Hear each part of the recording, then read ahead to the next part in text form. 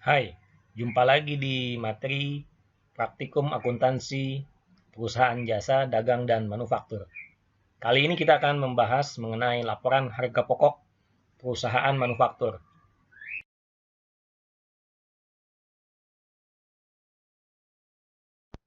Sebagai bagian dari laporan harga pokok perusahaan manufaktur, pada materi sebelumnya kita membahas laporan rekapitulasi biaya overhead pabrik sesungguhnya.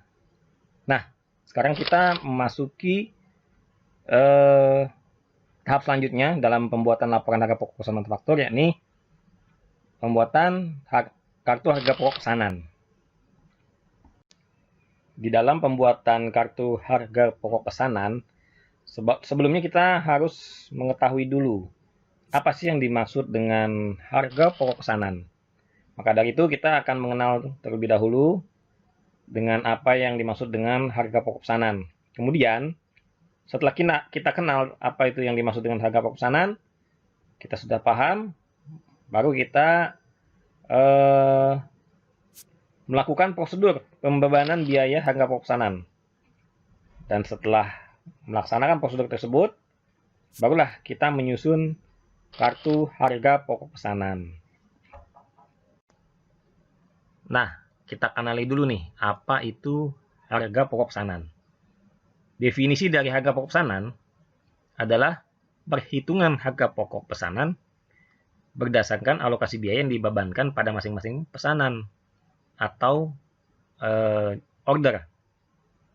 Perusahaan yang memproduksi suatu produk berdasarkan pesanan, yaitu mengolah bahan baku menjadi barang jadi atau menjadi suatu produk jadi berdasarkan pesanan dari luar ataupun dari dalam perusahaan.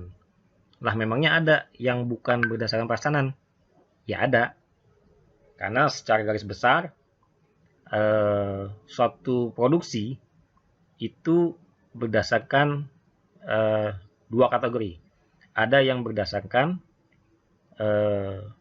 pesanan atau job order, tapi ada juga yang berdasarkan proses. Untuk itu kita akan bahas lebih lanjut. Ini yang dikatakan ada proses dalam industri manufaktur yang membuat suatu produk berdasarkan dua kategori. Ada yang berdasarkan pesanan atau yang disebut juga berdasarkan job order, dan ada yang berdasarkan proses. Nah, jenis perusahaan ini dapat kita lihat di sini perbedaannya. Mana yang menggunakan proses atau pembebanan proses atau proses costing, dan yang mana yang berdasarkan job order atau berdasarkan pesanan. Nah, pada pabrik atau manufaktur yang memproduksi produknya berdasarkan proses, ini biasa digunakan di beberapa perusahaan kecil dan perusahaan besar, di mana perusahaan otomatis melakukan proses produksi secara terus-menerus dan kontinu. Jadi, bukan berdasarkan pesanan suatu customer atau konsumen atau pasar, tetapi memang diproduksi berdasarkan rencana produksi atau juga berdasarkan target produksi. Nah, elemen biaya dalam proses costing, produksinya itu tidak dapat ditelusuri secara langsung ke dalam tiap-tiap unit produksi karena dia berjalan terus. Katakan untuk sekali proses dia bisa makan waktu, ada yang bisa 3 bulan, 6 bulan, bahkan setahun. Jadi masa produksinya dihitung berdasarkan berapa kapasitas yang dibuat dalam satu jangka atau satu masa tertentu. Contohnya apa? Contohnya pabrik besar seperti pabrik semen. Nah, pabrik semen itu memproduksi tidak berdasarkan pesanan. Ada tidak yang mesan, tetap dia buat. Di mana pabrik itu membuat berdasarkan rencana produksi yang sudah ditetapkan oleh perusahaan. Umpamanya, tahun 2021 kita akan memproduksi semen dengan kapasitas 2 juta ton. Jadi dengan kapasitas 2 juta ton itu dibuat semacam rencana produksi dalam 1 tahun. Yang nantinya mungkin bisa dibagi di breakdown per bulan itu berapa diproduksi. Maka dari itu untuk menelusuri biaya produksinya itu tidak bisa secara langsung ke dalam tiap-tiap unit produksi. Jadi dihitungnya berdasarkan, kalau dihitung di cut off per bulan, ya dia akan menghitung berapa bahan baku yang terpakai, bahan produk yang terpakai, kemudian jumlah tenaga kerja yang digunakan, ada berapa tenaga kerja langsung dan tidak langsung yang digunakan, seperti itu.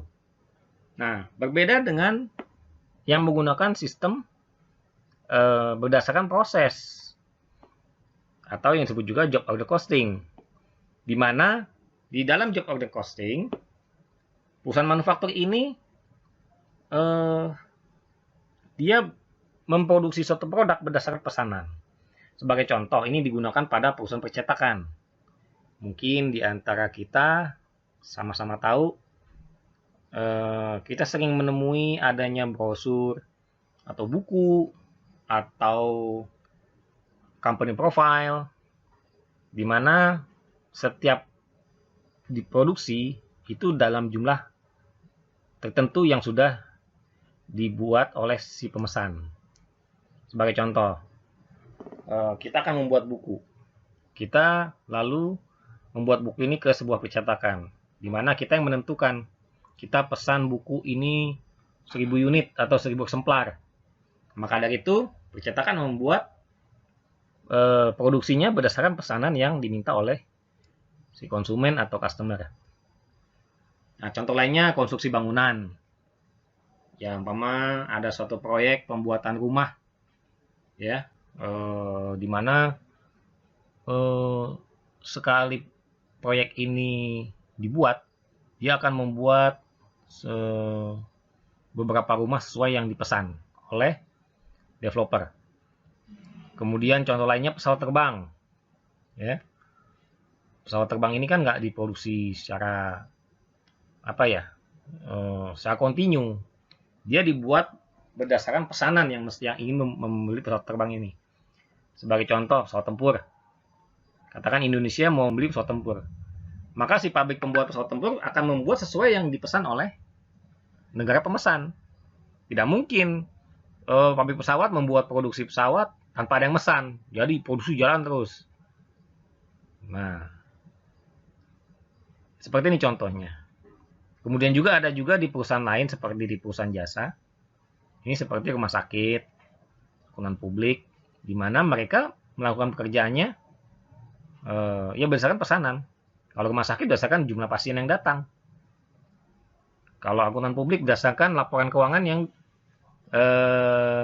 ingin dilakukan penghitungan jasa keuangannya. Nah, seperti itu perbedaannya antara yang menggunakan proses costing dan yang menggunakan job order costing. Sampai sini jelas ya. Selanjutnya, inilah perbedaan karakteristik antara proses produksi yang menggunakan metode harga pokok proses dan metode harga pokok pesanan. Untuk metode harga pokok proses, biaya produksinya itu dikumpulkan setiap bulan.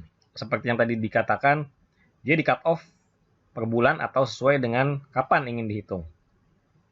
Baik bahan bakunya, bahan penolongnya, tenaga kerjanya, tenaga kerja tidak langsungnya, dihitung di saat cut off, sesuai diinginkan perusahaan.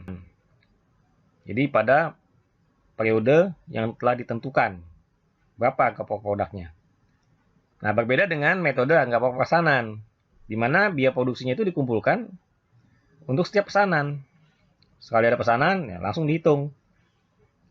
Nah, kemudian untuk penghitungan harga pokok persatuan produknya itu dihitung, kalau metode harga pokok proses, dihitung pada akhir bulan atau akhir periode yang ditentukan. Seperti perusahaannya mau menentukan akhir bulan, dihitung di cut off. Atau mungkin per 2 bulan, atau mungkin per 3 bulan. Barulah nanti ditentukan harga pokok produknya. Nah, kalau untuk harga pokok pesanan, berbeda. Harga pokok persatuan produknya itu dihitung apabila pesanannya itu telah selesai dibuat, udah selesai diproduksi. Baru dihitung. Seperti itu. Kalau yang harga pokok proses kan, proses masih berjalan. berjalan terus. Kemudian ada perintah cut off, hitung berapa yang udah dibuat, berapa besar beban dia, bahan bakunya yang dikeluarkan, bahan penolongnya, tenaga kerjanya, BOP-nya, hitung. Nah, jadi di cut off datanya sesuai dengan barang yang udah jadi atau yang sudah ditentukan, dihitungnya per kapan, per bulan, per 2 bulan, per 3 bulan. Walaupun produksi masih jalan terus, karena kan biasanya itu produksinya itu per kapasitas yang udah ditentukan. Ya, seperti pabrik semen 2 juta per tahun, ya dia produksinya sampai 1 tahun harus selesai itu 2 juta ton semen. Cuman penghitungannya di cut off sesuai keinginan perusahaan. Jadi nggak menunggu selesai 2 juta ton baru dihitung, tidak. Berbeda dengan metode harga pemesanan. Harga pemesanan dihitungnya setelah pesanan selesai. Ya seperti itu. Karena biasanya kalau pabrik atau perusahaan manufaktur yang menggunakan metode harga pemesanan, itu kapasitasnya tidak sebesar yang menggunakan metode harga pokok proses. Kecuali produksinya produksi pesawat terbang. Itu besar sekali. Tapi besarnya itu kan besar harga unitnya.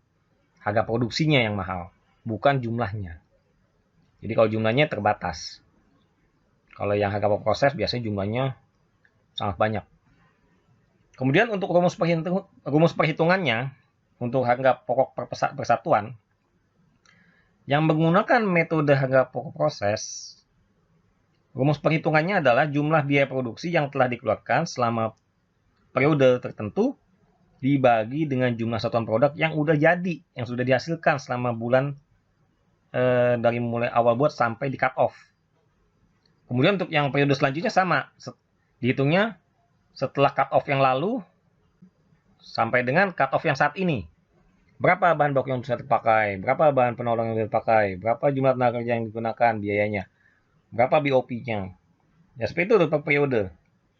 Kemudian dibagi dengan jumlah satuan produk yang sudah dihasilkan, yang sudah diproduksi. Ya, tidak ditunggu sampai produksi selesai 1 tahun, tidak.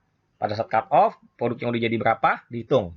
Makai bahan baku berapa, makai bahan penolong berapa, makai biaya tenaga kerjanya berapa, gitu. BOP-nya berapa yang dikeluarkan, seperti itu. Nah, sedangkan rumus perhitungan untuk metode harga pokok pesanan, itu penghitungannya adalah jumlah biaya produksi yang telah dikeluarkan untuk pesanan tertentu, yang sudah selesai gitu, dibuat, baru dibagi dengan jumlah yang sudah jadi.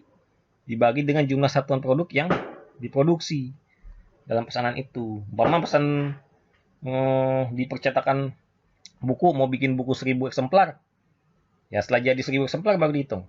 Sesuai pesanan 1000, ya dihitung. Dibuat 1000, kemudian dihitung berapa jumlah produksinya, jumlah biaya produksi totalnya berapa, kemudian dibagi jumlah produksi yang udah jadi, dibagi 1000 katakan. Kalau memang pesannya 1000, ya total biaya produksi dibagi 1000, ketemu harga per unit produksinya. Jelas ya sampai di sini ya. Lanjut.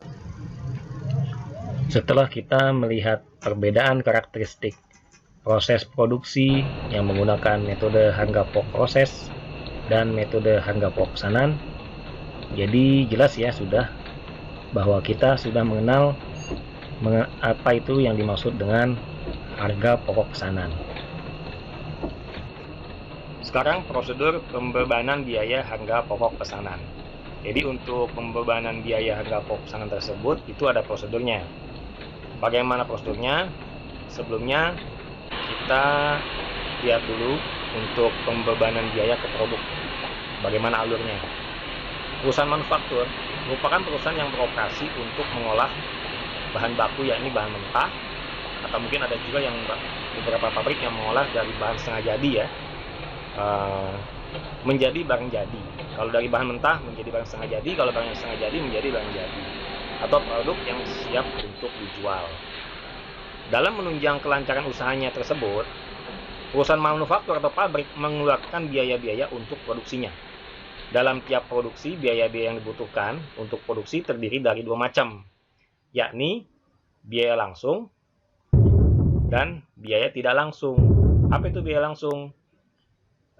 Biaya langsung merupakan biaya yang digunakan dalam pembuatan produk, sedangkan biaya tidak langsung adalah biaya pendukung yang tidak secara langsung berhubungan dengan atau dalam tiap proses produksinya. Nah, dari sini jelas jadinya. Dengan melihat biaya-biaya yang dibutuhkan untuk pembuatan suatu produk, dapatlah kita hitung biaya harga pokok produksinya. Dalam pembebanan biaya, harga pokok tiap-tiap pesanan itu terdapat komponen-komponen harga pokok pesanan, yaitu yang pertama adalah biaya bahan baku yang biasa kita singkat dengan BBB.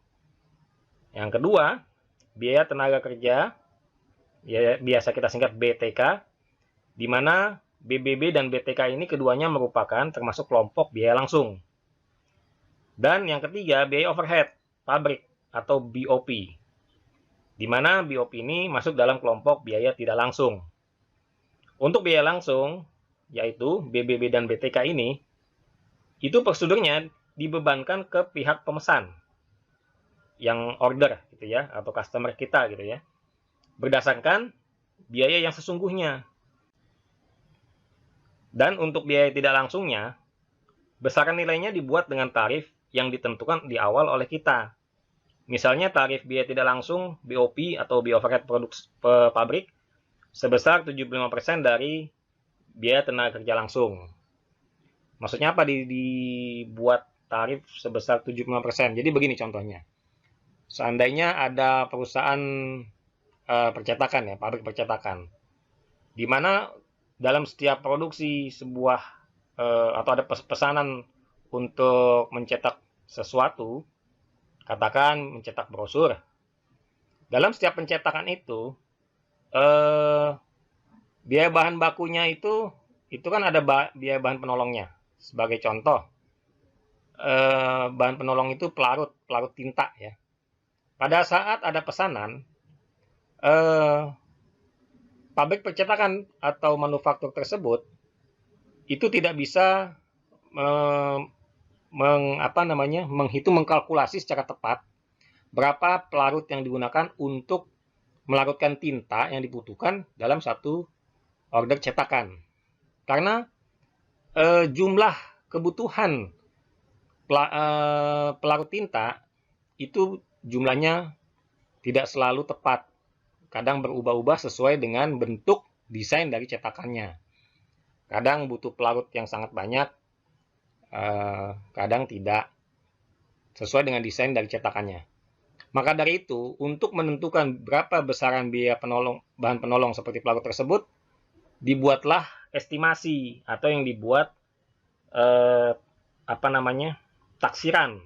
Maka dari itu, pada saat di awal ada pesanan, tarif BOP dalam hal ini biaya penolongnya itu dibuat berdasarkan perkiraan sekitar berapa persen dari biaya tenaga kerja langsung. Seperti inilah contohnya. Jelas ya sampai di sini mengapa biasanya untuk biaya tidak langsung dibuat perkiraan. Berikut adalah gambaran arus fisik perusahaan manufaktur.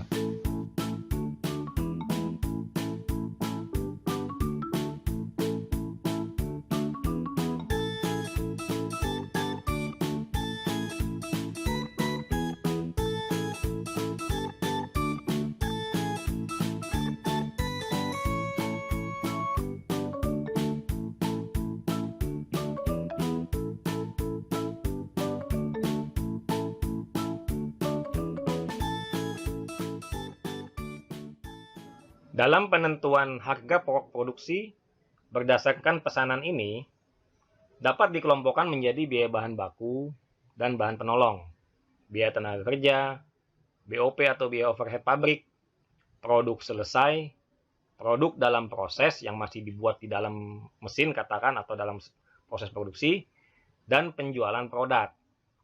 Nah, berikut penjelasan atau gambaran mengenai kelompok biaya dalam penentuan harga pokok produk. Dapat kita lihat dari gambaran arus biaya perusahaan manufaktur. Yang pertama, pembelian dan pemakaian bahan baku.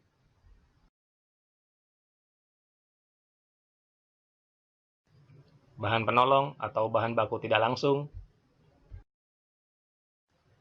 Biaya tenaga kerja yang terdiri dari biaya tenaga kerja langsung dan biaya tenaga kerja tidak langsung.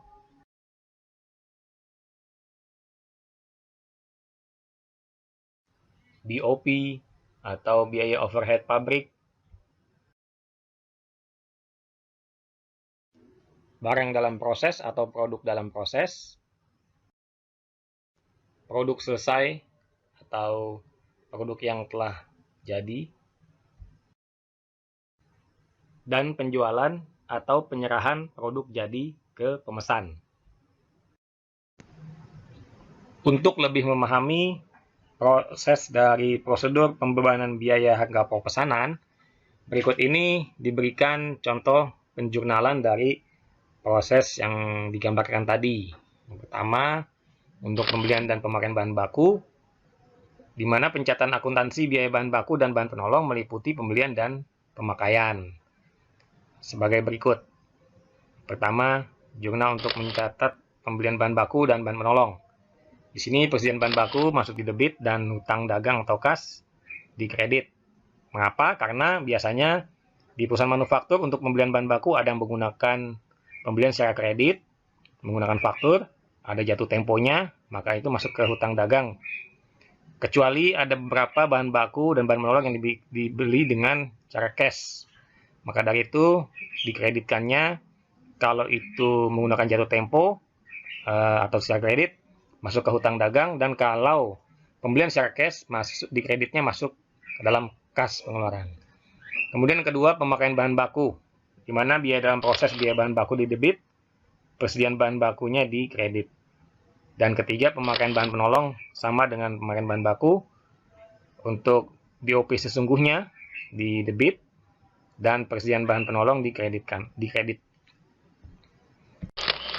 Untuk biaya tenaga kerja, pencatatan akuntansi tenaga kerja yang meliputi pembayaran dan pengalokasian biaya tenaga kerja adalah sebagai berikut. Yang pertama, untuk pembuatan jurnal untuk mencatat pemakaian tenaga kerja.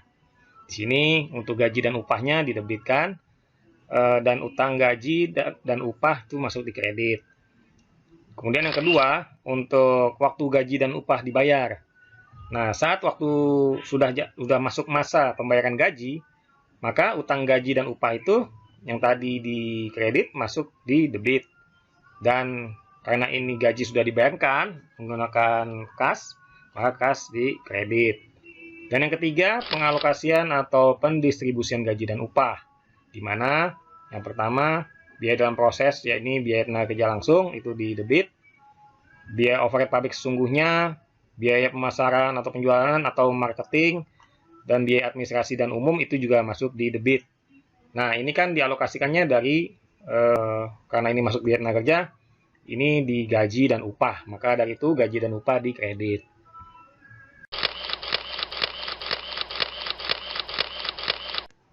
Selanjutnya, biaya overhead pabrik. Untuk biaya overhead pabrik ini, pembebanan biaya overhead pabrik ke dalam harga pokok pesanan ditentukan berdasarkan tarif yang ditentukan di depan. Adapun biaya overhead pabrik ini sesungguhnya dikeluarkan dan dicatat ke dalam rekening biaya overhead pabrik sesungguhnya.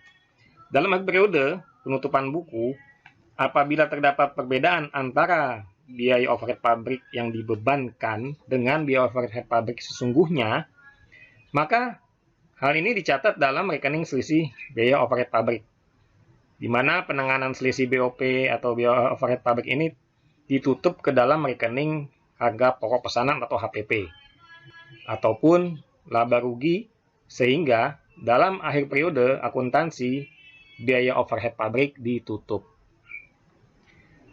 Nah, untuk berikut ini adalah jurnal untuk mencatat pembebanan BOP berdasarkan tarif yang ditentukan di muka. Biaya dalam proses biaya overhead pabrik itu di debit, dan biaya overhead pabrik yang dibebankan masuk di kredit. Kemudian yang kedua, jurnal untuk mencatat BOP yang sesungguhnya terjadi, biaya overhead pabrik sesungguhnya itu di debit, dan berbagai rekening itu yang ada di kredit, seperti pemakaian listrik, air pump, kalau umpama manufakturnya menggunakan air pump, kemudian biaya-biaya bahan penolong dan tenaga kerja tidak langsung, atau biaya-biaya lainnya seperti maintenance yang dikreditkan, itu masuk di kredit. Dan yang ketiga, jurnal untuk menutup BOP-nya. Yang pertama, apabila biaya overhead pabrik yang sungguhnya sama dengan biaya overhead pabrik yang dibebankan. Jadi waktu diestimasikan, ternyata setelah proses terjadi, biaya overhead pabriknya nilainya pas sama dengan yang telah diestimasikan sebelumnya, yang sudah dibuatkan tarifnya. Seumpama sebelumnya biaya overhead pabrik ditarifkan sebesar 75% dari biaya tenaga kerja langsung. Ternyata setelah selesai proses, nilainya sama. Nah, ini kalau tidak terjadi selisih atau sama, maka BOP yang dibebankan di debit dan BOP sesungguhnya juga dikredit.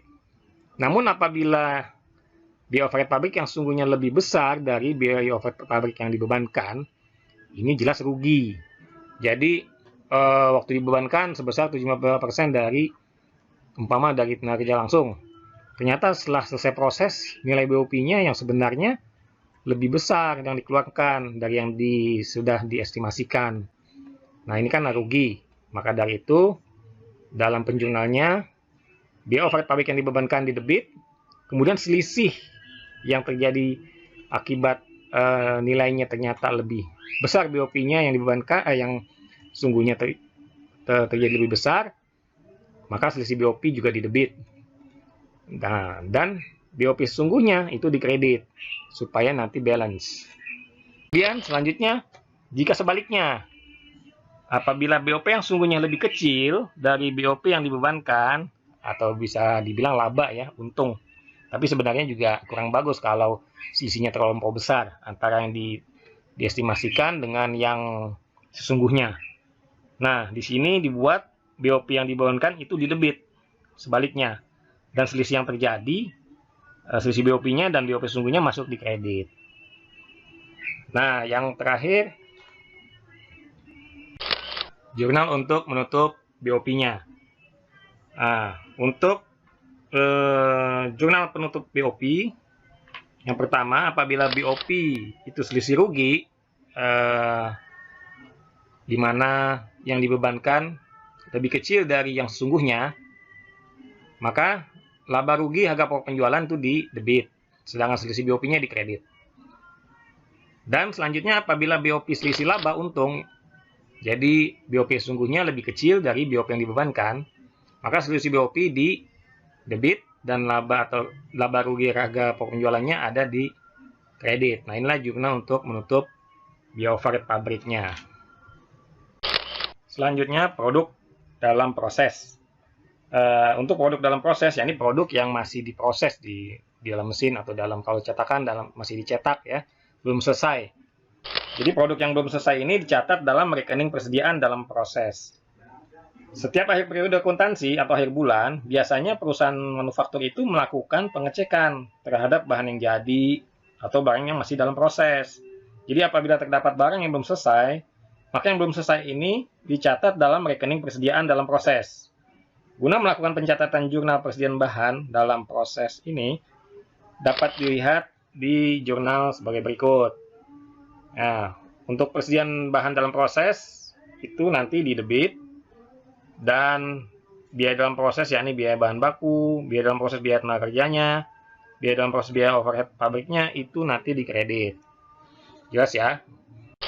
Nah, untuk produk jadinya atau yang sudah selesai, nah, setelah pesanan selesai dikerjakan, nah, produk-produk yang sudah selesai ini kemudian dipindahkan nih ke gudang penyimpanan biasanya kalau di manufaktur. Oleh bagian produksi itu dibawa ke gudang.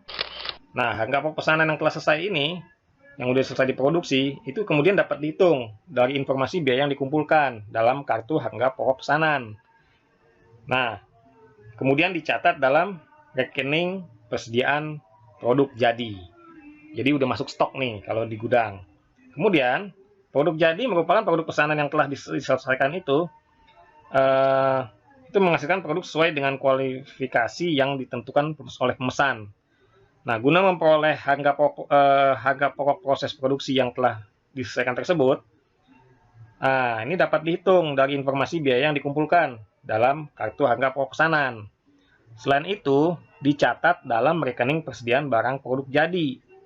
Nah, guna melakukan pencatatan jurnalnya untuk jurnal produk jadi, dapat ditulis nih seperti di bawah. Di mana persediaan produk jadi itu nanti di debit, kemudian biaya dalam proses biaya bahan baku biaya dalam proses biaya tenaga kerja, dan biaya dalam proses biaya overhead pabriknya itu nanti dikredit. Dan terakhir, serah terima produk jadi. Setelah semua barang jadi yang udah selesai diproduksi, itu dilakukan serah terima penyerahan produk jadi kepada konsumen atau pemesan atau customer atau klien. Nah, hal tersebut dicatat dalam rekening penjualan dengan jumlah nominal berdasarkan nilai jualnya yang sudah disepakati sebelumnya. Guna melakukan pencatatan pada saat penjualan atau penyerahan produk, ini dapat dilihat di bawah ini. Pertama, untuk jurnal pada saat penjualan atau penyerahan produk ini, kas atau piutang dagang itu didebit. Nah, untuk penjualannya, uang yang didapat dari klien dikredit. Kemudian harga pokok penjualan itu nanti didebit dan persediaan produk jadi ada di kredit. Jelas ya sampai di sini? Nah, jadi dari gambaran yang telah diberikan mengenai prosedur pembebanan biaya harga pokok pesanan, berikut contoh untuk pembuatan jurnalnya, maka dapat kita simpulkan untuk aliran biaya dalam perusahaan manufaktur adalah sebagai berikut.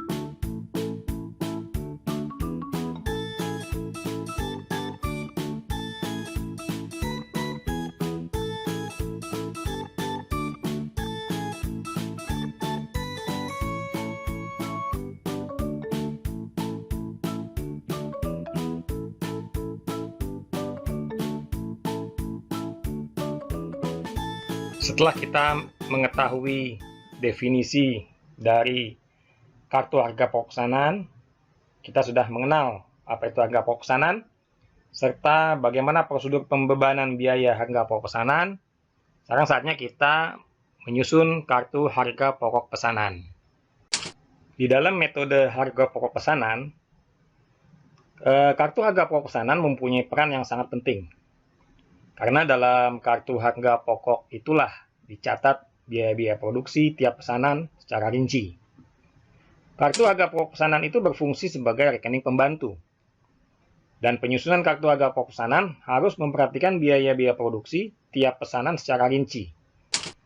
Kartu harga pokok pesanan merupakan rekening pembantu dalam perusahaan manufaktur, di mana fungsi dari kartu harga pokok pesanan adalah sebagai rekening pembantu yang digunakan untuk mengumpulkan biaya produksi tiap-tiap pesanan. Adapun di dalam kartu harga pokok pesanan itu tercantum biaya produksi dan dipisahkan menjadi dua bagian. Yang pertama, biaya produksi langsung yang meliputi biaya bahan baku dan biaya tenaga kerja langsung. Nah, ini dicatat dalam kartu biaya pesanan yang bersangkutan secara langsung. Dan yang kedua, biaya produksi yang tidak langsung, seperti biaya overhead pabrik atau BOP. Di mana BOP ini dicatat dalam kartu biaya pesanan berdasarkan suatu tarif tertentu, seperti yang telah dijabarkan sebelumnya, di mana tarif itu biasanya dibuatkan estimasi. Seperti contohnya, untuk biaya overhead pabrik, diestimasikan tarifnya itu 75% dari biaya tenaga kerja langsung. Nanti biaya dari tarif yang sudah ditentukan itulah yang pada akhirnya nanti pada akhir proses produksi itu akan dibuat dalam penjurnalan yang akan nantinya terlihat berapa biaya overhead produksi yang sebenarnya atau sesungguhnya dibanding dengan biaya overhead pabrik yang dibebankan sesuai tarif yang sudah ditentukan. Yang nantinya hasilnya bisa jadi selisih, bisa jadi pas. Kalau pas itu bagus, berarti estimasinya tepat. Kalau selisih, jangan sampai selisihnya rugi. Nah, inilah contoh dari kartu harga pokok produksi. Ini dibuat dalam kartu biaya pesanan.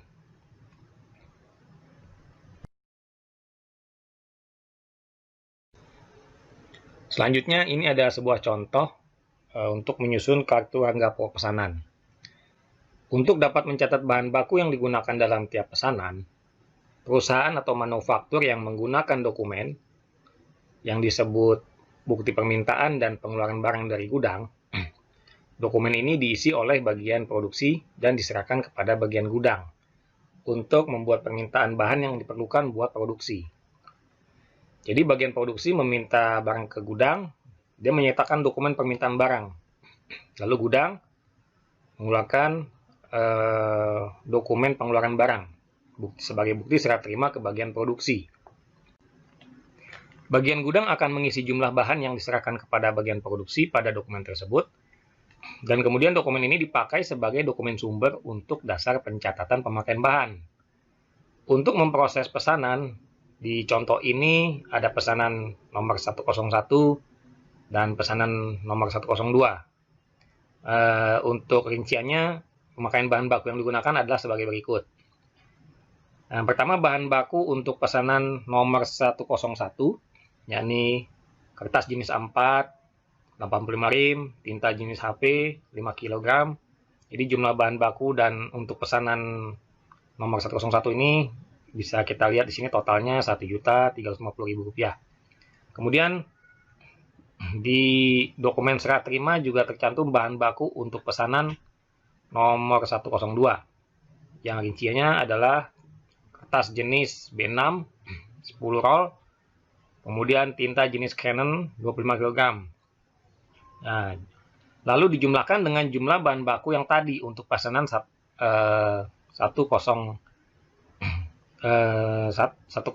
ya.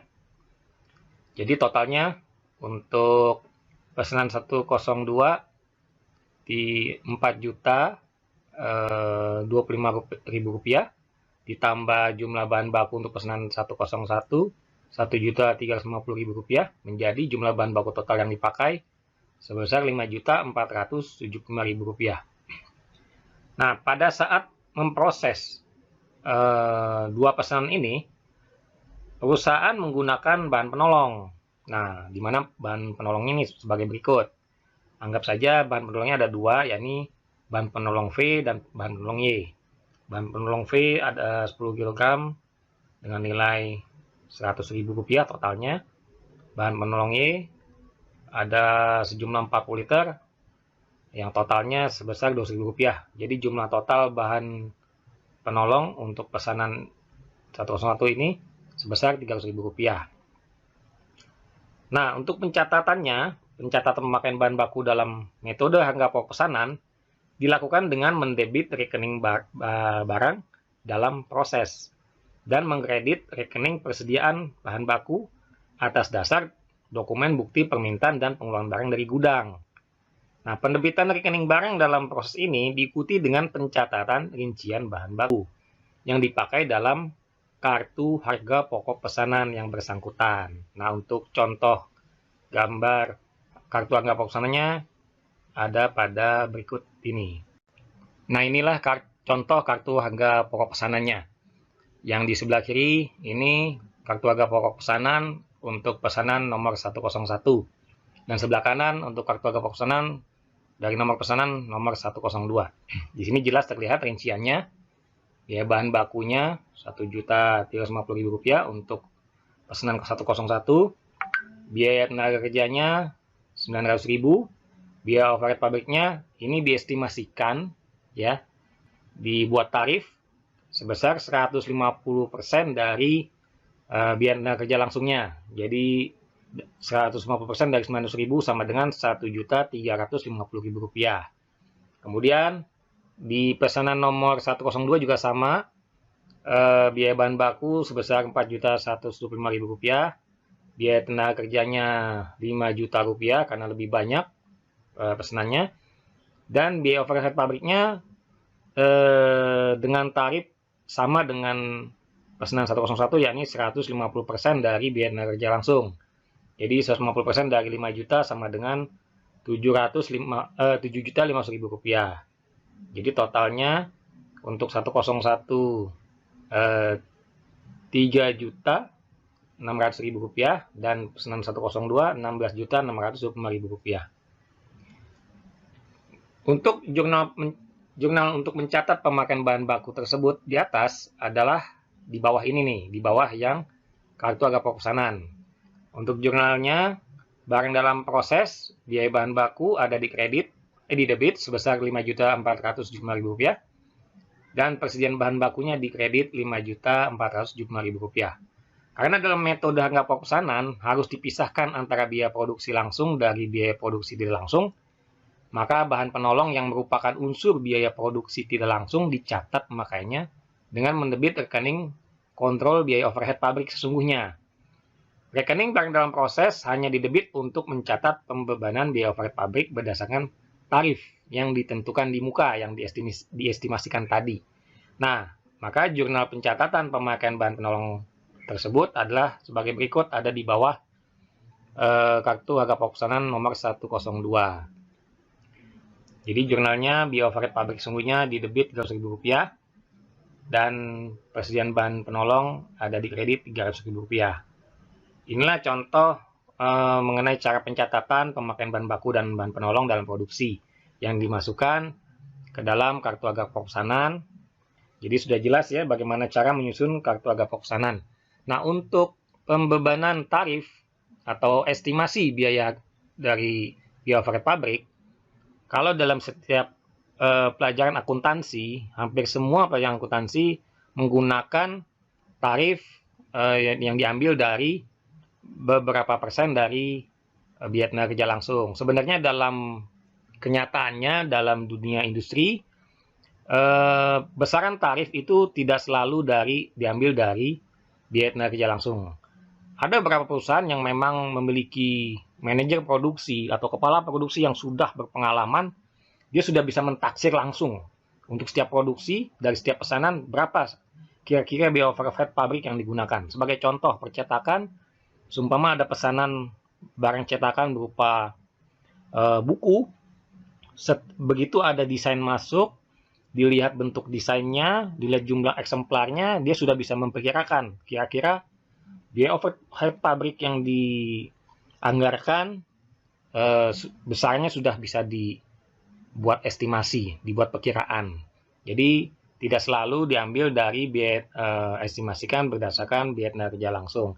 Ya, kalau untuk dalam pelajaran akuntansi ini hanya sebagai contoh saja, diberikan besaran tarif BOP berdasarkan dari biaya tenaga kerja langsung.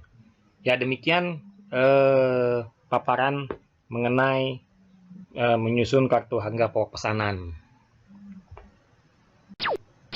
Demikianlah paparan mengenai kartu harga pokok pesanan yang kita sama-sama telah ikuti, mulai dari mengenal harga pokok pesanan, kemudian prosedur pembebanan biaya harga pokok pesanan, sampai ke menyusun kartu harga pokok pesanan. Dan sampai jumpa lagi di materi selanjutnya, yakni laporan harga pokok proses produksi. Terima kasih.